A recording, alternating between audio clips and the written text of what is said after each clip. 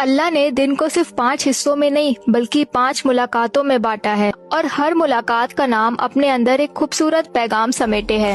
فجر سے دن کی شروعات ہوتی ہے، جس کا مطلب ہے اندھیرے کو چیر کر پہلی روشنی کا نکلنا۔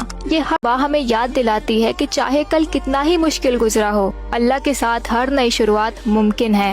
پھر ظہر آتی ہے، جب ہم اپنی پڑھائی، کام اور ذمہ داریوں میں اتنے مصروف ہو جاتے ہیں کہ اکثر اللہ کو یاد کرنا پیچھے رہ جاتا ہے، اور بالکل اسی وقت اللہ ہمیں اپنی طرف بلاتا ہے، جیسے یاد دلا رہا ہو کہ ہم جس رزق کے پیچھے اتنی محنت کر رہے ہیں نا، اس رزق کو دینے والے کو یاد کرنا اس سے بھی زیادہ ضروری ہے۔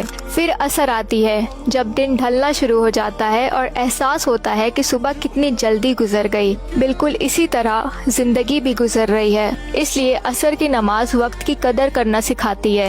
مغرب، جب سورج غروب ہو جاتا ہے اور ایک دن اور ختم ہو جاتا ہے، کہ ہمیشہ یاد دلاتی ہے کہ میری زندگی کا ایک اور دن کم ہو گیا، اور جو آج گزر گیا وہ اب کبھی واپس نہیں آئے گا۔ اس لیے یہ ہمیں شکر بھی سکھاتی ہے اور یہ بھی یاد دلاتی ہے کہ جب تک سانسیں باقی ہیں توبہ کا دروازہ کھلا ہے۔ اور پھر عشاء، دن کا آخری سکون۔ سونے سے پہلے اللہ آپ کو پھر ایک دفعہ اپنی طرف بلاتا ہے، تاکہ آپ اپنے دن بھر کی ساری تھکان، فکریں اور پریشانیاں سب اپنے رب کے حوالے کر کے سکون سے سو سکیں۔